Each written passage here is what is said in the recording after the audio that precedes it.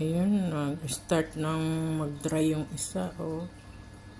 Kaya kailangan ng kainin. Mabaliwala na yan pagka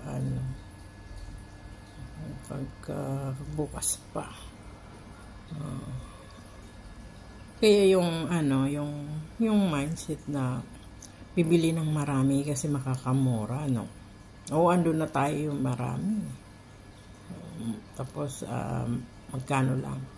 Ang mali ay hindi naman kayang ubusin. Tapos natatapon lang. So ang nangyari, hindi nakatipid kundi nagsayang lang. Nagsayang lang ng pera. Kung bibili kasi ng ganon, mura, marami, ay ipakain, ipaubos para hindi masayang. Hindi yung para sa kinabukasan, para sa sunod na araw.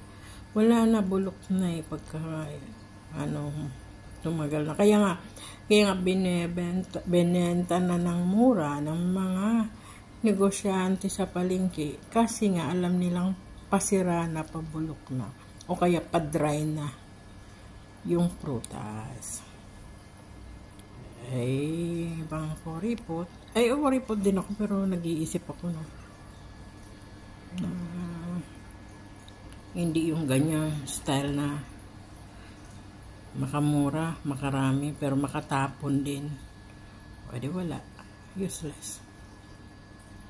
Ayan, kain na, kain na.